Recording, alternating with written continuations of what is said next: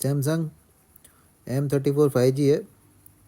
Booting इसका 246 पे stock हो चुका है या फिर कई बार रिटर्न आ जा रहा है, चेक कर लेते एक बार। ये डेड बूट बोलते हैं इसको। इसमें UFS का प्रॉब्लम नहीं है, ओनली CPU प्रॉब्लम है। White pasted dry should, simple सी ट्रिक है। CPU आपको रिवॉल्व करना है।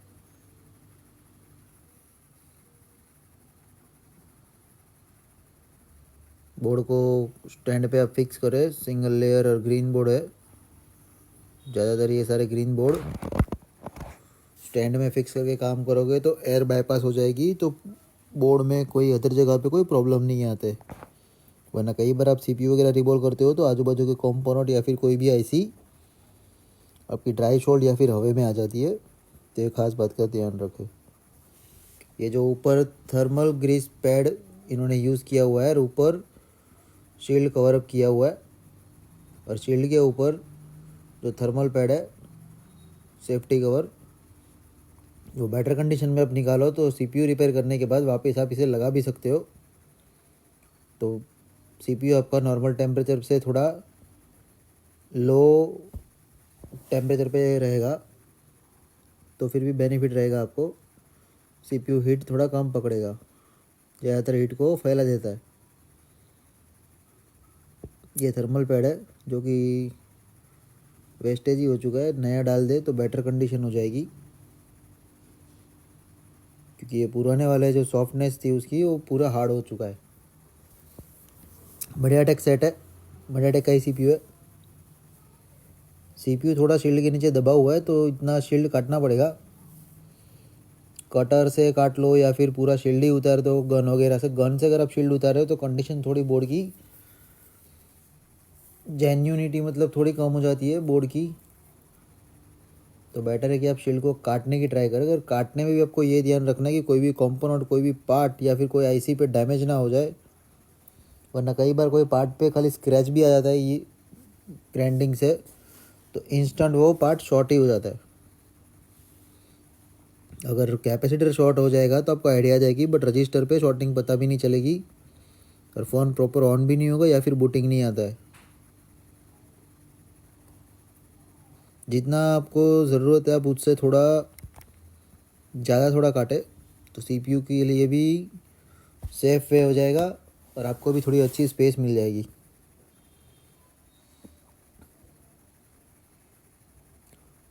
इसको मैंने स्लो ही रखा हुआ है ग्राइंडिंग को, ताकि यहाँ पे भाग ना जाए कहीं पे।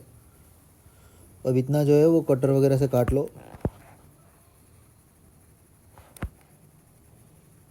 ज़्यादा मतलब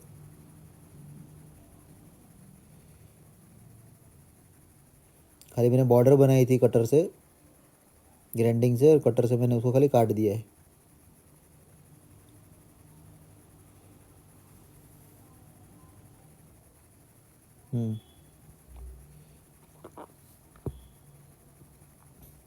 वाइट पेस्टेड है तो सेम कंडीशन ही आपको करनी है। 260 पे आपको फर्स्ट टाइम स्क्रैपर वगैरह या फिर आप जो कुछ भी ब्लेड वगैरह यूज़ करते हो उससे आपको ग्लू काटना ही काटना है। अगर नहीं है, आपको लग रहा है कि ग्लू नहीं है, फिर भी एक बार उसे घुमा दो। अगर आप नहीं घुमाते हो तो कई बार जो ग्लू दिखता नहीं हो पार्ट के साथ जॉइंटेड ही रहता है, वो उठाने के टाइम पे CPU के साथ ही रिमूव हो जाता है।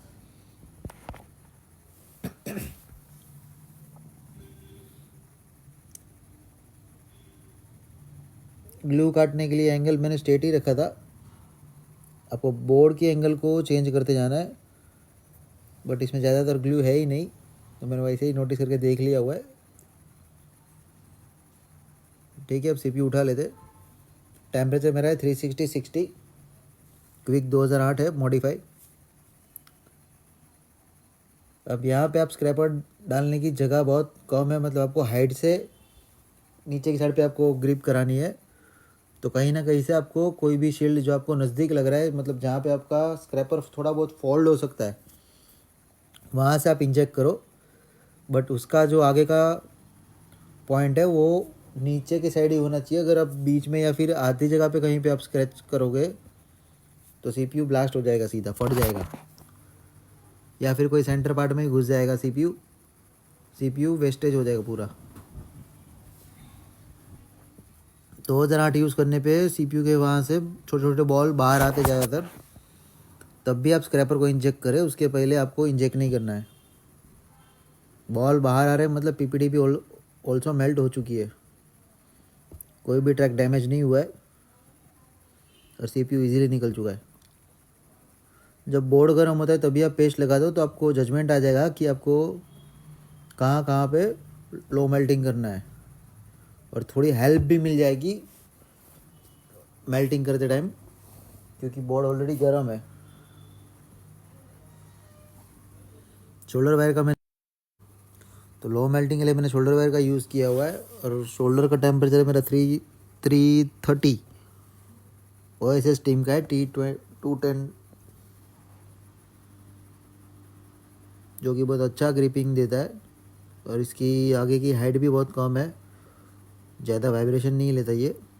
जो शोल्डर की हाइट कम होती है वो तो आपको अच्छा ग्रिप मिलेगा उसमें, जो शोल्डर में हाइट ज़्यादा है आगे की साइड तो वहाँ पे आपको वाइब्रेशन रहता है, प्रॉपर ग्रिप नहीं मिल पाती।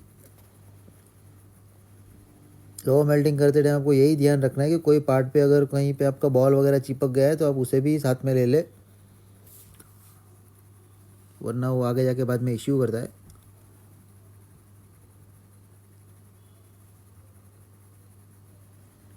लो मेल्टिंग हो चुका है गुडविक।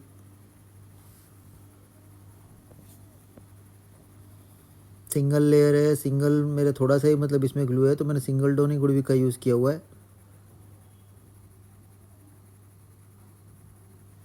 ताकि आपका पेस्ट भी बच जाएगा और आपको पूरा सरफेस क्लीन मिल जाएगा।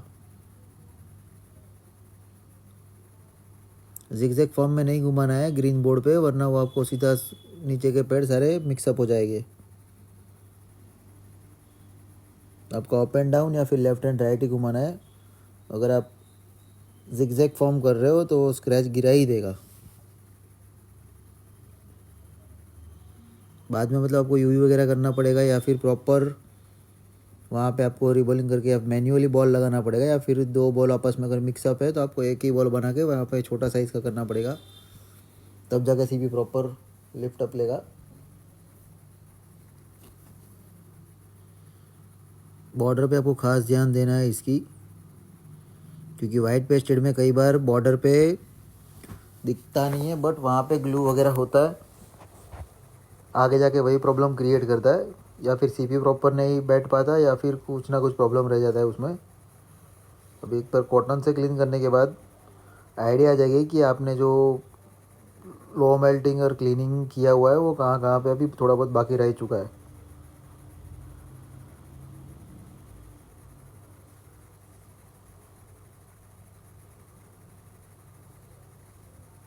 नाइन्टी 90% जितना तो पूरा क्लियर है, अब थोड़ा बहुत है वो एक बार 11 नंबर की ब्लेड से रिमूव कर लेते हैं।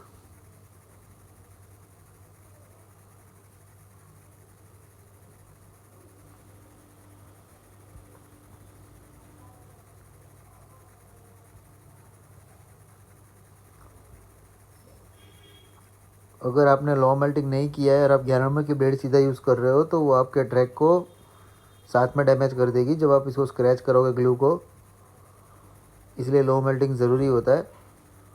सीपीयू के इनर साइड पे भी आपको 11 नंबर की ब्लेड या फिर स्क्रैपर जो कुछ भी आप यूज़ करते हो ग्लू रिमूव के लिए, वो उसको आपको वहाँ पे स्क्रैपिंग करना ही है, वरना सीपीयू के जो जहाँ पे बॉल वगैरह नहीं बनाए हुए डिज़ाइन दी गई है वहाँ पे थोड़ा बहुत पेस्ट रह जाता है, तो फिर भी सीपीयू प्रॉपर ग्रिप नहीं ले पाता मदरबोर्ड से। और बॉर्डर पे खास ध्यान रखना है आपको, बॉर्डर 0 0 ही पूरी क्लीन कर देनी है कि यहाँ पे कोई पेस्ट वगैरह कुछ था ही नहीं, तो आपको बेटर रिजल्ट मिल जाएगा। डिज़ाइन पे जहाँ पे पीपीडी नहीं है कोई बॉल वगैरह, वहाँ पे ज़्यादातर ग्लू बहुत चिपका हुआ रहता है जो इजीली दिखता नहीं है।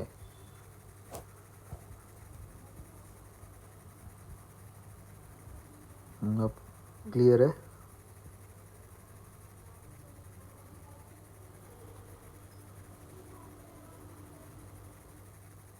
कपड़े से साफ़ करने से आपको पूरा शाइनी और जो कुछ भी अनवांटेड पेस्ट था वो कपड़े के साथ आ जाता है, तो पूरा क्लियर हो जाता है। अब सीपीयू की बारी।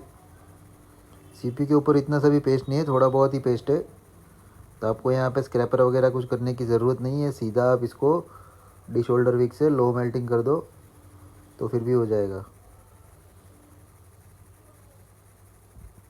अगर ज़्यादा पेस्टी है, मतलब पूरा सीपीयू कवर अप है ग्लू से उसके, तो ही आपको ग्लू वगैरह रिमूव करना पड़ेगा। अदरवाइज़ सीधा लो मेल्टिंग कर दो तो फिर भी बहुत सारे आपके ग्लू वगैरह वो क्लीन हो जाएगा। अगर थोड़ा बहुत ग्लू बच रहा है और इजीली क्लीन नहीं हो रहा है तो आप शोल्डर से कर सकते हैं। इसमें ही दिखा देता हूँ उनको। अब यहाँ पे ग्लू है तो शोल्डर से इजीली वो रिमूव हो रहा है। तो आपको क्रॉस में नहीं रखना है, स्ट्रेट कर देना है शोल्डर को, तो इजीली वो रिमूव हो जाएगा। कई बार ये ग्लू रिमूव करते टाइम स्क्रैचेस वगैरह आते हैं, तो आपको साथ में पीपीडी का एक बॉल रखना है जो कि नीचे वही टच होना चाहिए आपका, तो स्क्रैचेस वगैरह नहीं आएंगे आपके।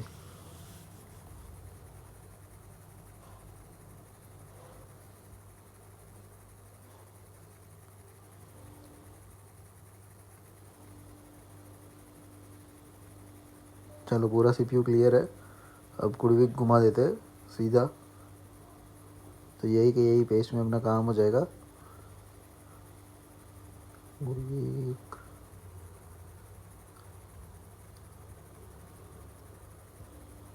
सिंगल टोन ही यूज़ किया हुआ है। लो मेल्टिंग और गुड़विक से आपका जो कुछ भी कार्बनिश बॉल रहेंगे वो भी पूरे क्लियर हो जाएंगे और अनवांटेड पेस्ट भी आपका रिमूव हो जाएगा। और एक बार क्लीन करके आपको दिखा देता हूँ। पूरा सीपीयू क्लीन है।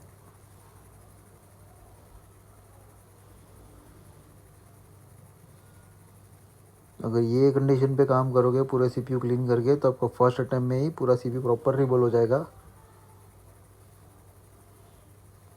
सारे बॉल एकदम शाइनी होने चाहिए।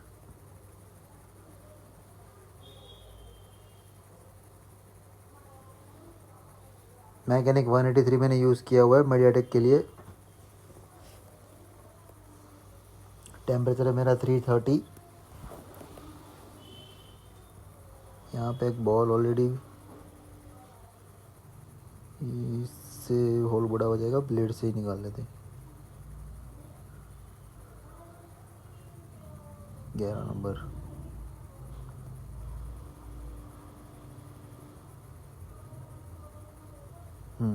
ठीक है।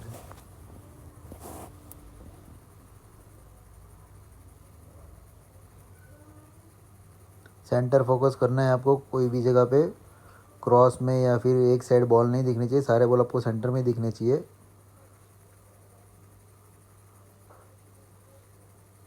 तो आपको फर्स्ट अटेम्प्ट में रिजल्ट मिल जाएगा। पीपीडी आप कैसे भी लगाओ, कौन सा भी स्क्रैपर से, वो मायने नहीं रखता, मायने रखता है प्रेशर। पीपीडी लगाते टाइम आपको प्रेशर वगैरह नहीं देना है टेंसिल पर। टेंसिल को पूरा टेंसिल आपकी फूलेगी भी नहीं अगर ज़्यादा प्रेशर नहीं दोगे तो। खाली आपको होल्ड करना है, प्रेशर नहीं देना है। और लग रहा है आपको कि फूल रही, तो आप एयर को थोड़ा कम कर दो, तो फिर भी वो नहीं फूलेगी।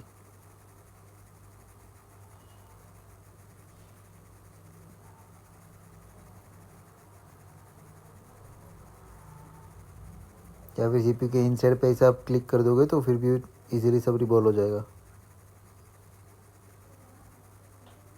हाफ सीपीयू हो चुका है, थोड़ा ठंडा होने देते, होल्ड करते, यहाँ से बाकी का हाफ कर देते।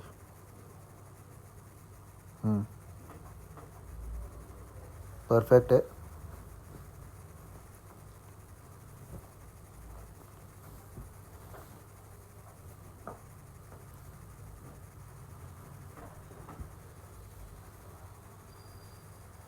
ठीक है, बोर्ड में अभी फिक्स कर लेते। यहाँ पे कुछ ज़्यादा पेस्ट नहीं डालना है, जितना हो सके उतना कम पेस्ट पे काम करो। हाँ, बट उतना डालो कि सीपीयू पूरा सूखा ना रह जाए, वरना विदाउट पेस्ट और हाई हीट पे ऐसी डैमेज होती है ज़्यादा।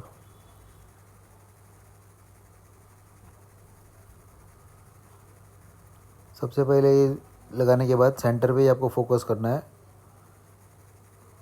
अगर सेंटर पे से थोड़ा बहुत ग्लू या फिर आपको लग रहा है कि फिक्स हो चुका है सेंटर का एरिया, तो आप बाकी सब जगह पे मूवमेंट करा दो गन की, ऑटोमेटिक सीपीयू मूवमेंट लेगा, यानी कि आपका सीपीयू प्रॉपर फिक्स हो चुका है। पेस्ट डालने के बाद आप कंफर्म करो, टचअप वगैरह जो आप देते हो पेस्ट डालने के बाद ही करो, विदाउट पेस्ट आपको टचअप नहीं देना है, बॉल अंदर मिक्सअप हो जाते हैं। या फिर आप टचअप ही ना दो, आप अगर पेस्ट डालोगे तो पेस्ट चारों साइड से बाहर आ जाएगा, यानी कि आपका सीपीयू कंफर्म है।